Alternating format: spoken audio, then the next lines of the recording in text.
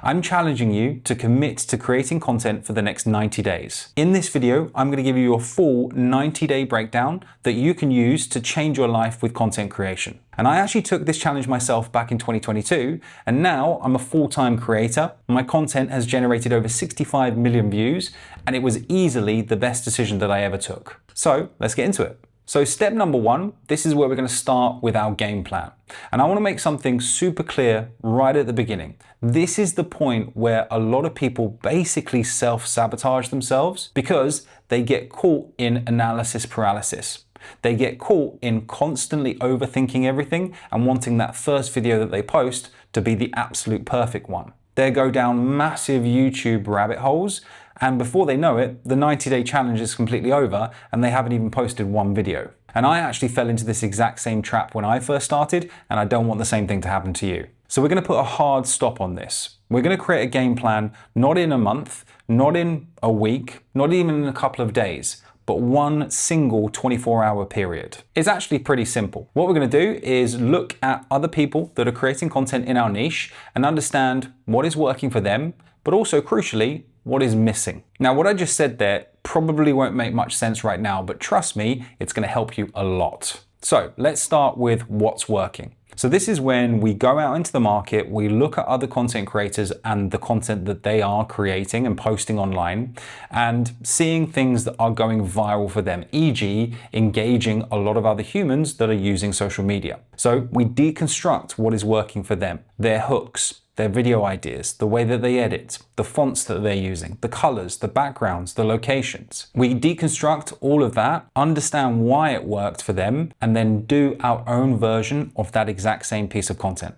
Basically, all we're doing is looking for pieces of content that are performing very well, and that's actually massively powerful because right out the gate, we can understand, okay, our target niche are enjoying that type of content. Let's do the same. And secondly, we're going to look at what is missing. And this is really where your authentic personality can come into play, your uniqueness, what makes you you. So when we're looking at that viral content that's performing well, we say to ourselves, okay, what could I add in here to make it fully unique to me? What can I add to that piece of content based on my lived experiences to make it truly me? And let me give you an example of this. So when I first started out, I was and continue to be in the make money online, the business niche. And a lot of those gurus in that niche, they were essentially just posting content that really felt like regurgitated subjects. You have probably experienced this before, I certainly did, and that was the overriding impression that I got. So I knew that when I wanted to be in this niche, I really needed to bring something fresh, something new,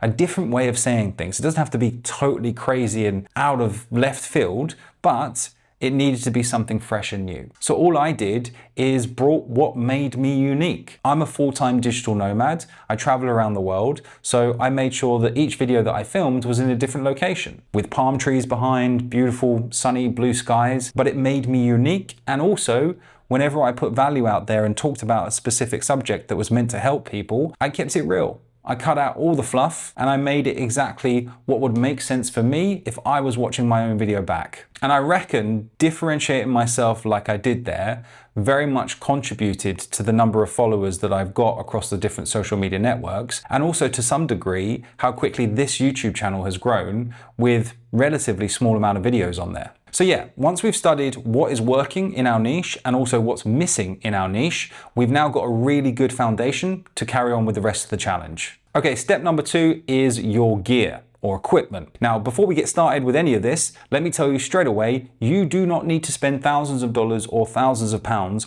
on really fancy equipment to create good content. Don't get it twisted. Don't think that that is the barrier to entry. It really isn't. In fact, it was only a couple of months ago that I upgraded the camera and the lens that I'm currently filming this on. And yes, when I did upgrade, I did see the quality of footage take a big jump up. But if you're just getting started out, spending thousands on a camera is a terrible idea. Because the camera that I was using before was the one that was in my pocket, my iPhone. And with this, I was able to create content that got 3 million, 5, 8, 16.2 million views. So if you've got even a semi-decent smartphone sitting in your pocket, you are good to go. Because trust me, the vast majority of people watching your videos, clicking on them or stop scrolling and watching them, don't care if your video was filmed on a full frame, mirrorless, expensive camera. They will just care about whether the video gives them value, whether it's going to help them with something, and whether it's going to impact them in some small way. Now, having said that, I would recommend upgrading your audio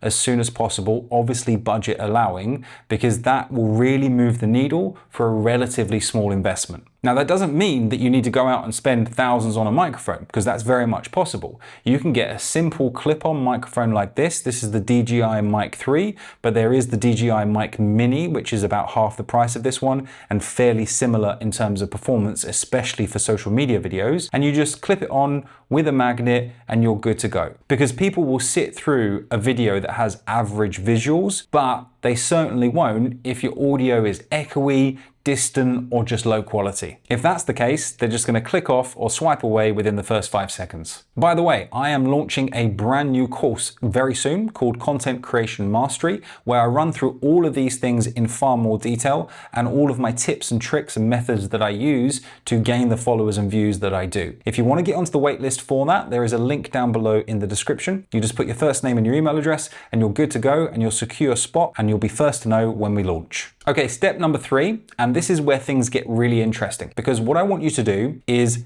get it posted, not get it perfect. Let that sit with you for just a second. Get it posted, not get it perfect. Now, I know that sentence or that phrase in its essence sounds very simple, but it's really where I see 99% of first-time creators get stuck. Because most beginners, they try and make the first video or the first couple of videos that they post the most perfect that it can possibly be. They sit down for days at a time, rewriting constant scripts, or they film the same video over and over again, or they rewatch the video and think to themselves, oh, I made a little bit of a mistake there, let's refilm that. And these are really tiny details that hardly anyone will notice. And I did the exact same thing as well. I remember when I first started, I was filming videos over and over and over again. It was ridiculous looking back. But all I was trying to do was, I guess, protect myself from the discomfort of this new thing that didn't feel quite natural, didn't feel very comfortable, and I wanted, if the world was going to see it, whatever I posted to be perfection. And the reason that I've included this in the steps that we're talking about today is that I don't want you to fall into that same trap as well. So for the next 90 days, your mission is not to create the next masterpiece. It's to get things posted even if you don't think they're perfect,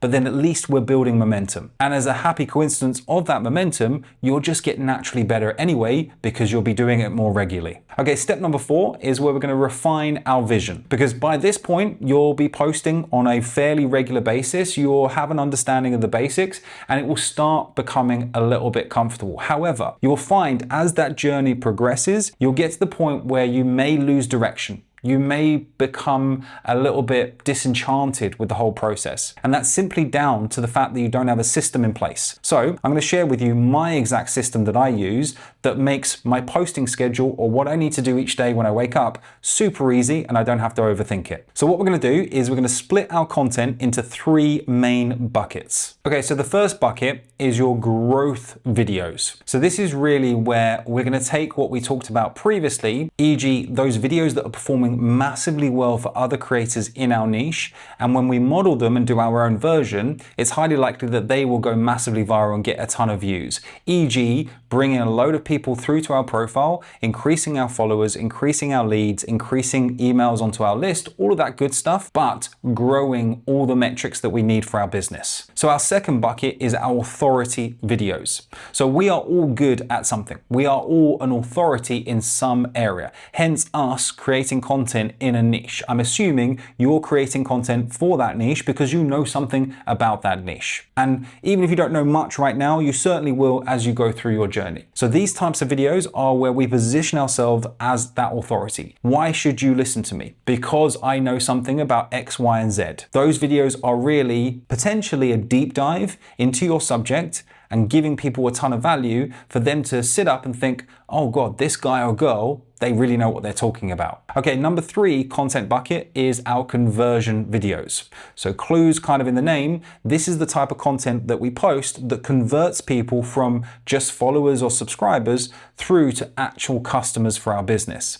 Now, one thing to note at this point, we never directly sell in our content because our content can be shown to non-followers, and therefore we don't want to be just selling our products, because if they don't know us, they won't care about it. If we have a lead magnet, for example, or some sort of email sequence where we're giving people 30 ways in 30 days to learn XYZ, then we put a call to action in our video saying, hey, if you want to get access to either of those things, comment something down below or go to the link in the bio. They will download that or get access to that. And of course, that lead magnet or that email sequence has been designed very specifically to then take them, now that we've got them off social media, through then to become a customer. So if you're thinking about your content creation and your schedule in terms of those 3 buckets, it actually massively takes the pressure off you every day when you wake up, because then you can be there at your desk and think to yourself, okay, I'm going to do conversion content today, or I'm going to do authority, or indeed growth type content. And I would say that your decision based on, hey, I'll do 1 bucket, 2 bucket, or 3 buckets depends on the metrics of your business. If you're finding that less than 20% of your total followers are on your email list, for example,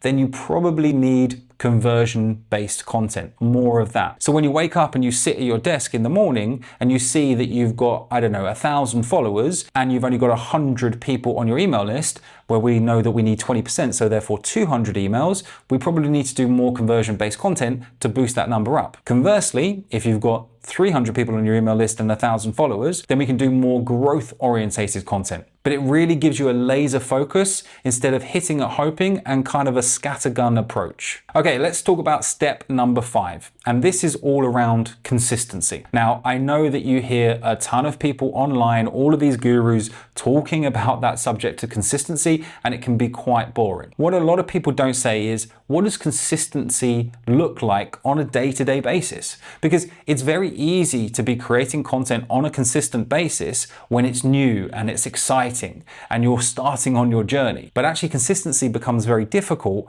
when you're having a bad day, or you woke up on the wrong side of the bed and you're super tired, or you've got other stresses in your life. That's when consistency becomes an issue. So what we're going to very simply do is get a notepad and a pen and start scheduling out how many pieces of content can you commit to on a daily or weekly basis over the next 90 days. But a very important caveat, don't make your 90-day or weekly schedule based on your best week. Make it based on one of your worst weeks, where you're the busiest, or the kids have a trip going on, or you are on school pickup duty, or whatever it may be. What do those weeks look like? Then say to yourself, okay, what could I commit to even on those weeks? So then when you're having a good week, then that schedule is going to be very easy to stick to, and you could potentially do even more pieces of content, or you know, and you can sleep soundly at night knowing that if you're having a bad week where life gets in the way and unpredictable things happen, you can still stick to what you originally planned. So how does that schedule actually look like in practice? So I would say that if you're embarking